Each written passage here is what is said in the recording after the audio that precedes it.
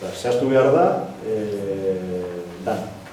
Horrezatik oso importantea da, ezberdintzea, kontuan izatea, helburuak, adierazleak edo neurgailuak eta helmugak. Zer esan nahi du honek? Helburu bat, adierazletik ez badauka, ez da helburu bat. Eta horan esaten dutene, mugitzen nuetik, ez? Helburu batek behar ditu neurgailuak. Bestela, da idei bat, asmo bat, edo baino ez da helburu bat. Helburu bat, mapa baten koordenadak behar ditu. Eta koordenada hori jartzeko, neurgailuak edo adierazleak dira. Orduan, helburua badaukagu adierazlekin, gero agertuko dire helmugak, zer helmugak, zenbakia. Orduan, alde batetik. Eta hau, bizkate biosoa alde batetik. Helburu guztiek behar dituzte adierazleak. Baina, mesedez, adierazleak dira tresnak, herramientak jakiteko nun gauden, baina dira sakralitzatu behar.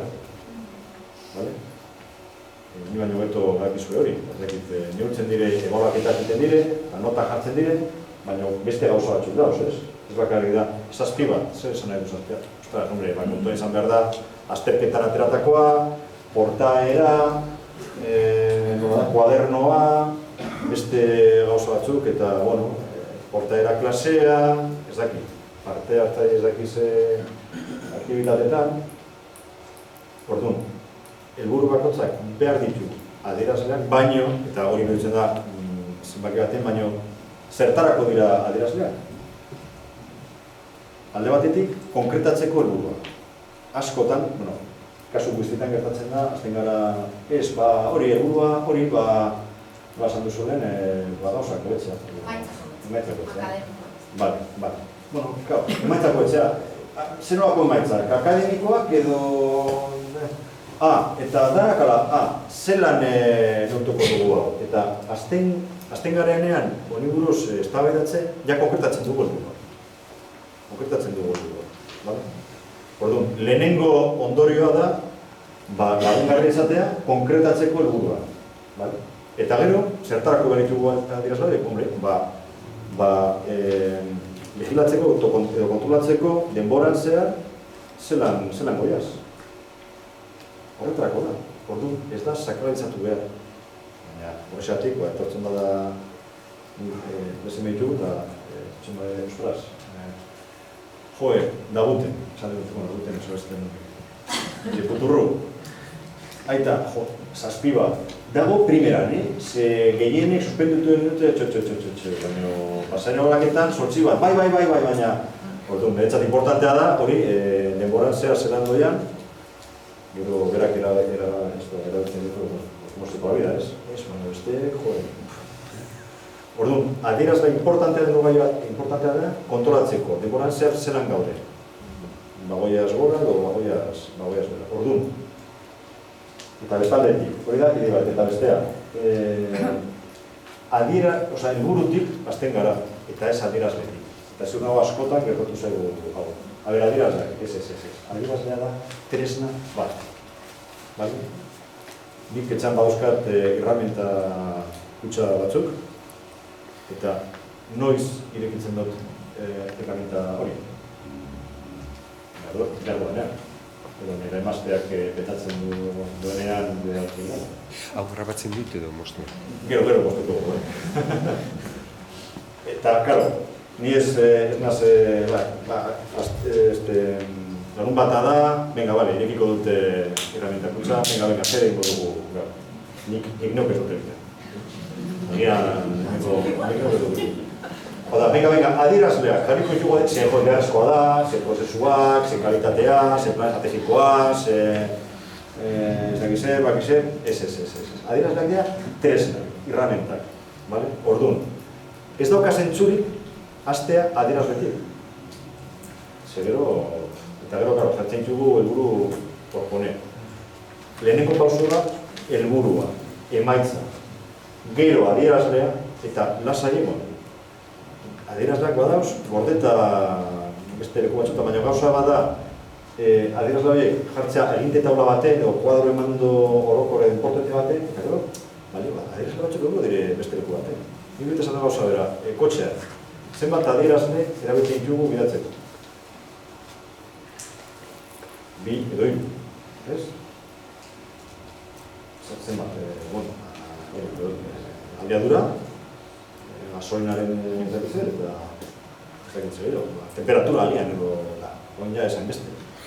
Baina zenbat adierazle dauz kotxe baten barruan? Eundaka.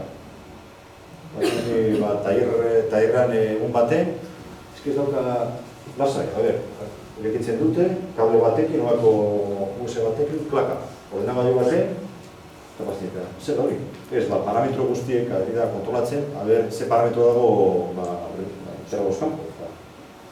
Zenbat, zenbat adierazle. Baina bidatzeko, ez ditut behar, 3 bakarrik. Baina ez dakit zenbat adierazle gehiago dago kotxe barruan. Baina ez ditut erabiltzen bidatzeko.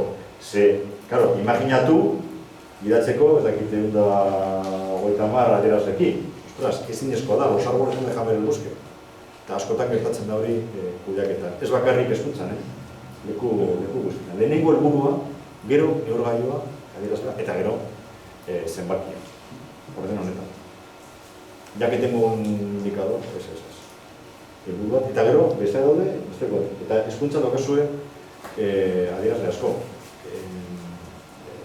Ez dakit, osakitzan ere egin dugu lan asko, eta imaginatu hospital baten, dauz, adierazle, baina, gauza bat da, neurgailu horiek egotea nunbait, eta beste gauza bat da, jartzea lehenengo pantailan bidatzeko. Hospitalara joaten zaren bakoitzean, lehenengo gauza zein da, temperatura hartzea.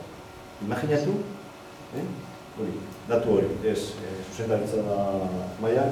Azkenetan, zelan izan da jendearen temperatura, zergatik bezka adierazle importante bat da, negutzen da, eta bale, ez dauka zentzuri.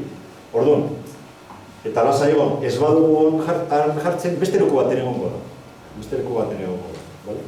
Eta, honek ez dauka, adibidez, txuna daukazue, edo baino garen jengi dozue, industria 4.0, eta big data, eta zakizer, gauza bat da, datuak kudeatzea, eta beste gauza bat da, adierazleak aukeratzea, kuadro mando baten edukitzeko erabakiak hartzeko. Lehenengo, helburu, gero adierazlea eta zenbakia, eta ez aldrebez. Eta helburu batek, neurgailurik edo adierazlerik ez badauka, ez da helburu bat. Asi, lehenengo horri. Eta, mesedez, ez hasi adierazletik, ez adierazletik lau eta ez helburua, adierazlea eta zenbakia. Eta da bakarrik, neurtzeko. Eta zuek hori oso ondo dakizu bat. Azterketa bat, nota bat, hori da adierazle bat. Nahikoa da, normalean ez. Da, datu bat, adierazle bat, baino, behar dugu kontestu bat hori ulertzeko edo hori bihurtzeko informazioa.